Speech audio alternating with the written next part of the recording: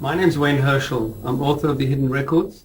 This video today is a release of the proof of the landing of Ra in ancient Egypt. I'm going to show where he landed, where he came from, and the secret of the Sphinx. And it's all historical proof. Everything you see in this video has a direct image or reference to what is found in ancient Egypt. Join me on this journey. The genesis of Egypt traces back to the deities of the earliest gods and goddesses.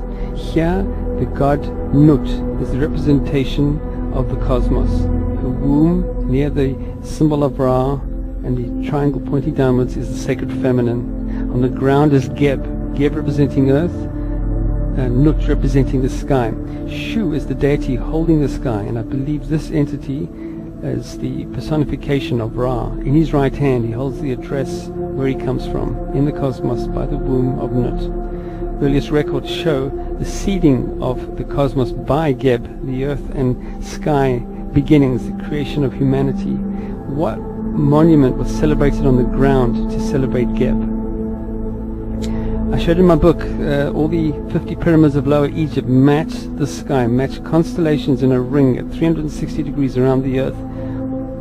And that's the monument at the epicenter of the pyramids, and that is the sun-like star. I also found that proving the Baval theory of Giza matching Orion's belt and the Sphinx representing Leo, the very simple test was to measure it in the sky and compare the alignment between the two and the angle between Leo and Orion's belt. And on the ground, the Sphinx and the three pyramids of Giza have that exact angle match. This, to me, proves the message of the Sphinx. The Sphinx is saying, interpret all the pyramids as stars. The grouping of Orion from the earliest days, it had 4 other ruins around it, and if you draw a crisscross line between the 4 lost ruins, you will see that it matches right in the middle, and the stars do the same thing, except this picture's been altered. Orion is 3 times larger here for one reason and one reason only. It shows the way as an alignment. Those 3 stars are the cosmic signpost to find the star of Ra. The other grouping of pyramids, to prove my pyramid star map theory, the Saqqara pyramids are the best. This massive grouping, when you simplify the drawing and compare it to Andromeda, even the largest stars and the smallest stars match the smallest pyramid and largest pyramids. The sizes all match. And the ultimate monument is this one here, the obelisk, the center of the pyramid field, the obelisk of Ra in Abusir, next to 7 pyramids. 7 pyramids on the ground matching the 7 stars of the Pleiades. I'll compare this a bit more detail just now and show how this symbol of the leg of the bull is the Pleiades. And the most important star is a ring around it. That's how astronomers show the place of the most important star. You draw a ring around it, and that is the Ra symbol, and that correlates with the monument. The circumpunct is the symbol that represents a sun. My argument is, it is not our sun that is being worshipped. It is the sun of Ra, a sun-like star, nothing to do with our sun at all. When it is in its normal position, where there is just a disk, I believe that is when it is the sun. And there are many depictions of it where it is shown as our sun without the ring around the outside. The winged disk of Egypt, I believe, is another thing that needs to be queried. I believe it is a disk that shines like the sun, but it is what Ra came in. It could fly, it has wings on it. And you'll see depictions that prove that it is not our sun. The Sumerians had exactly the same belief. They worshipped this disk that flies, that shines like the sun. Here you can see the Sumerian occupant inside the disk flying. They also show him in a boat depiction as well, just like the Egyptians. A boat from the stars, the celestial ship. Ra again present inside the ship. On the temples, the disk has 2 serpents, you can see clearly here, and a wing to teach flight. This is what Ra came in. The Washington Monument has the exact same Egyptian symbology, and I believe that this whole obelisk of Washington Monument represents the star of Ra on the ground.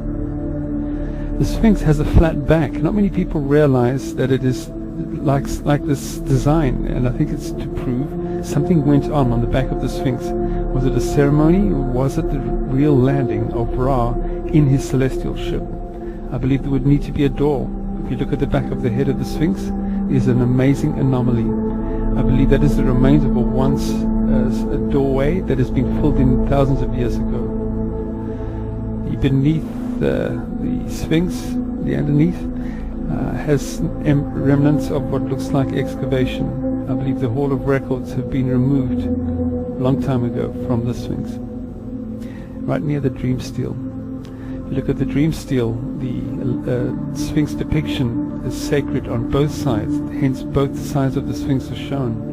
On the right hand Sphinx you'll see the leg of the bull is part of the text, and right at the top of the dream stele is the disc that flies with bird's wings. The Leo depiction of the sun going beneath Leo, I believe, is the reason the Sphinx was chosen to have the records of our sun, our solar system, kept beneath this Sphinx. Here you see the same arrival of Ra and his ship that comes from the stars on the back of the Sphinx, and the sun being the records beneath the Sphinx. Here is one where the lion head is shown on the Sphinx, both sides again, left and right, and it shows Ra and the occupants going into the Sphinx, and their arms holding the secrets of the sun.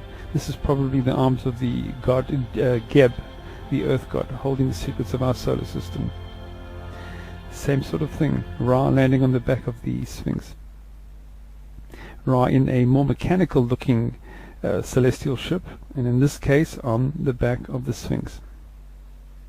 Same depiction, more mechanical looking, more machine-like, if you can call it, but he is inside this ship. The kings of the ages past celebrated them as godlike in these ceremonial barks, processions. But look at the ceremonial fan. If you look closely at the fan, I believe this celebrates the landing of the ship that shines like the sun. The feathers that show the radiating light going outwards were on top of what is supposed to be Ra's celestial ship. That's the shape without the feathers. Very unusual shape, you might say. The occupant of Ra being inside the celestial ship dome. And if you think that's far-fetched, look carefully at this image.